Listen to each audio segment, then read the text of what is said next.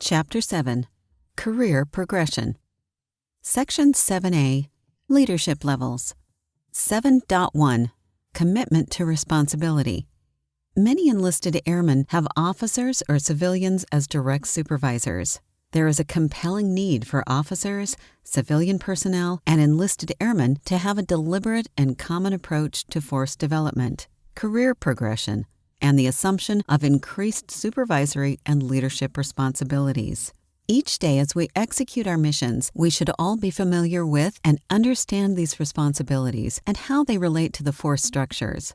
Our force structures and institutional competencies, rooted in our core values, describe what makes us airmen. Enlisted responsibilities.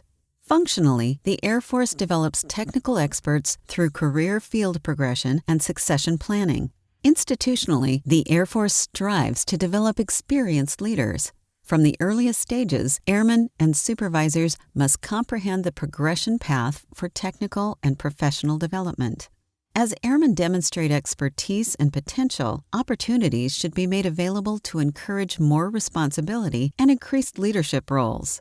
Developmental opportunities such as deployments, joint assignments, special duty assignments, and headquarters staff assignments offer unique perspectives on how the Air Force functions. Effective career progression and development are dependent upon frank conversations between supervisors and subordinates regarding career field and institutional requirements, personal qualifications, and goals. Officer responsibilities. The officer force structure is comprised of 3 distinct and separate tiers. The tiers are Company Grade Officer with grades 01 through 03, Field Grade Officer with grades 04 through 06, and General Officer with grades of 07 through 010. Progression through the tiers correlates to increased levels of leadership and managerial responsibilities, with each tier building on previous responsibilities and focusing on developing the appropriate tactical, operational, and strategic competencies associated with their rank and position. Therefore, general officers are expected to have mastered field grade officer responsibilities. Likewise, field grade officers are expected to have mastered company grade officer responsibilities. Above all, the focus of each tier is professionalism and mission success in the profession of arms. Civilian responsibilities. The Air Force Civil Service consists of more than 180,000 professional civilians in over 35 countries.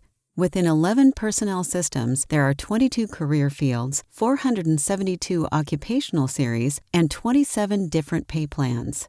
Civilians serve in critical positions such as scientists, engineers, contract specialists, instructors, intelligence experts, mechanics, human resource professionals, firefighters, aircraft mechanics, child care providers, and many others. They provide corporate knowledge and stability across the Air Force and deploy to various contingency areas. Civilians are fundamental to the strength of our Air Force and, like the enlisted and officer corps, have a compelling need for a deliberate and common approach to force development, career progression, and the assumption of increased supervisory and leadership responsibilities. 7.2 Continuum of Learning. Institutional development generally results in leadership, management, and warrior ethos proficiency. Occupational development generally results in technical skill proficiency. The force development construct is a framework that links developmental needs with institutional competencies through the continuum of learning. The continuum of learning, along with the defined competencies, are aligned to ensure airmen are qualified and ready to meet the challenges of current and future operating environments. The continuum of learning is a career-long process of development where challenging experiences are combined with education and training through a common taxonomy to produce airmen who possess the tactical expertise, operational competence, and strategic vision to lead and execute the full spectrum of Air Force missions. The 3 distinct levels associated with leadership skills are tactical expertise, operational competence, and strategic vision. These levels are recognized with various emphasis across the institutional competencies. As airmen progress from tactical expertise to strategic vision leadership levels, emphasis on the use of institutional competencies shifts to a broader focus. The nature and scope of leadership as well as preferred leadership methods differ based on the levels of leadership and responsibilities. Tactical expertise. Development at the tactical expertise level includes a general understanding of team leadership and an appreciation for organization leadership. It is a time to master core duty skills, gain experience in applying those skills, and begin acquiring knowledge and experience essential for demonstrating effective, ethical leadership. Airmen at the tactical expertise level learn to become the Air Force's primary technicians and specialists, assimilate into the Air Force culture, and adopt the Air Force core values. The tactical expertise level is a time for honing fellowship abilities, motivating subordinates, and influencing peers to accomplish the mission while developing a warrior ethos and exercising communication skills as effectively and efficiently as possible. Operational competence. Development at the operational competence leadership level includes developing a broader understanding of the Air Force perspective and the integration of diverse people and capabilities in operational execution. It is a time to transition from specialists to leaders with an understanding of themselves as leaders and followers, while applying an understanding of organizational and team dynamics. It is a time to lead teams by developing and inspiring others, taking care of people, and taking advantage of diversity.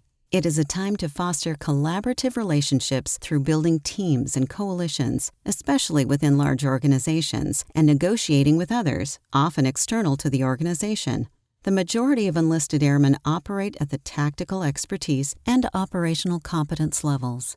Strategic vision. Development at the strategic vision level includes combining highly developed personal and people-team institutional competencies, applying broad organizational competencies, and leading and directing exceptionally complex and multi-tiered organizations. It is a time to develop a deep understanding of how airmen achieve synergistic results and desired effects with their operational capabilities. It is a time when an airman employs military capabilities, understands the operational and strategic arts, and has a thorough understanding of unit, Air Force, joint, and coalition capabilities.